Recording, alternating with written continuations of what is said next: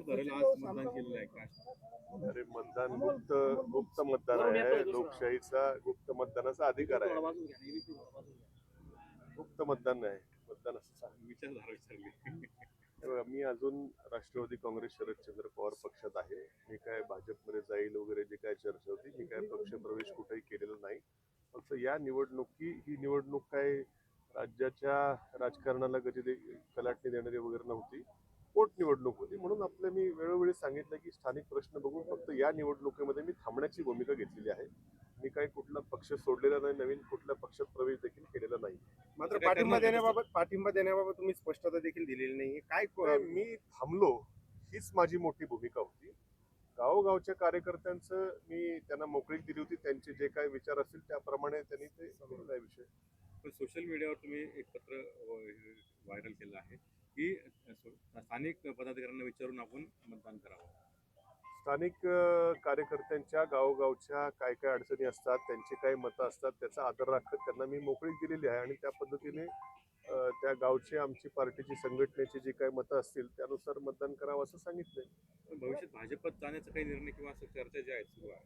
हे बघा, मी वेळोवेळी मी कधीही भाजपमध्ये जाणार असं मी कधीही म्हटलेलं नाही. मी राष्ट्रवादी काँग्रेस शरदचंद्र पवार पक्षाचा कार्यकर्ता आज आहे.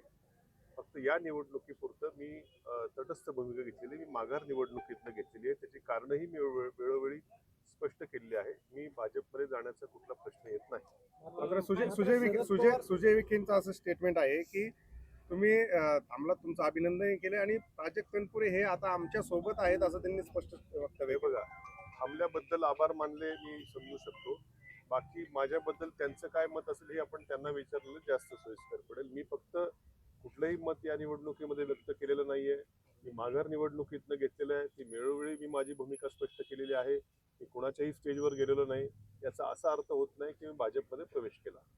कालपासून एक बातमी फिरते की ईडीचा काहीतरी निकाल आला, ईडीच्या न्यायालयाचा. काय नेमकी त्यात वास्तविकता आहे? हे बघा, ईडीचा निकालाचा आणि या निवडणुकीचा जर कोणी संबंध लावत असेल तर त्याचा अर्थार्थी कुठलाही संबंध नाहीये. ईडीचा केस माझ्या एकट्यावर नव्हती. राज्यातले जवळपास 50-60 जण त्याच्यामध्ये होते आणि एक वर्षभरापूर्वीच जे आर्थिक गुन्हे शाखा आहे त्यांनी सुमारे एक वर्षभरापूर्वी याच्यामध्ये क्लीन चिट दिली होती किंवा क्लोजर रिपोर्ट सादर केला होता. तो क्लोजर रिपोर्ट न्यायालयाने म्हणजे हा क्लोजर रिपोर्ट दिला त्यावेळेस स्वर्गीय शिवाजीराव कर्डिले यांचं निधन देखील झालेलं नव्हतं. म्हणजे पोटनिवडणूक लागेल हा कुठला विषय देखील नव्हता. एक वर्षभरापूर्वी आर्थिक गुन्हे शाखेने महाराष्ट्र राज्य सरकारच्या क्लीन चिट दिली होती. त्याचा न्यायालयाने स्वीकार हा 2-3 महिन्यापूर्वी केला आणि त्या आधारावरती काल ईडीच्या न्यायालयाने निकाल दिला की मूळ गुन्हा जर नसेल तर ईडीला पुढे तपास करता येणार नाही.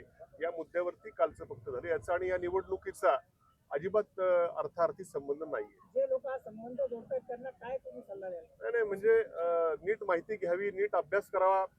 या निवडणुकीचा आणि ईडीचा मी सांगितल्याप्रमाणे अर्थार्थी कुठेही संबंध येत नाही. वर्षभरापूर्वीच जर EOW किंवा इकॉनॉमिक ऑफेन्स विंग जे महाराष्ट्र शासनाचं आहे त्यांनी एक वर्षभरापूर्वीच याच्यामध्ये क्लोजर रिपोर्ट सादर केलेला आहे. वर्षभरापूर्वी सादर केलेला क्लोजर रिपोर्ट फक्त काही तांत्रिक बाबी त्याला पुढं थोडा वेळ लागला आणि काल त्या गोष्टी क्लिअर झाला. याचा अर्थ या निवडणुकीशी संबंध जोडणं हे दुरान्वये देखील या निवडणुकीशी संबंध नाहीये.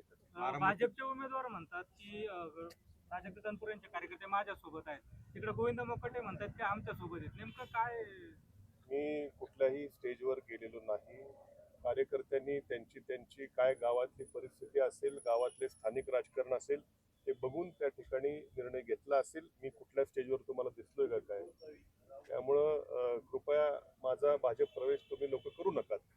भविष्यात पवार साहेबांसोबतच तुम्ही दिसाल. हे बघा, मी आजही पवार साहेबांसोबतच आहे, कालही होतो.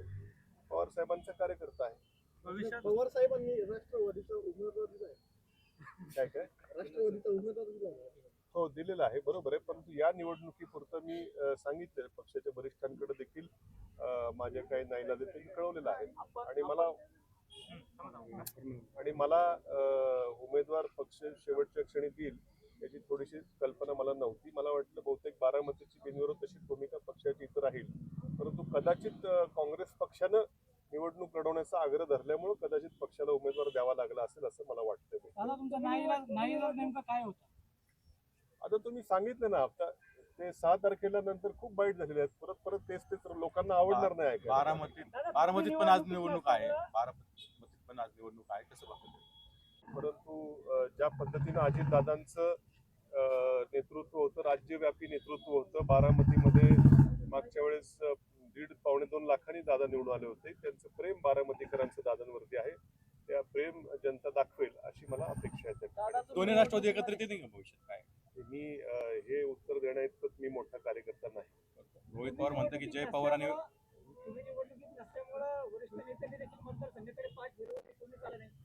कोणत्या पक्षाच्या म्हणजे वरिष्ठ प्रचार नेत्यांनी? करा. तुम्ही ज्या पक्षात आहात त्या पक्षाच्या. नाही, पवार साहेब माझ्या माहितीप्रमाणे त्यांची तब्येत बरोबर नाहीये.